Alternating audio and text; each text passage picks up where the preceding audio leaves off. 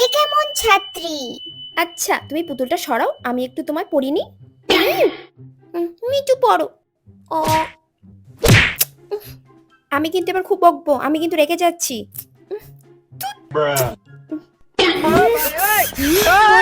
বলো বলো দাও, পড়তেই হবে, অনেকদিন ধরে দেখছি। না, পড়বো না।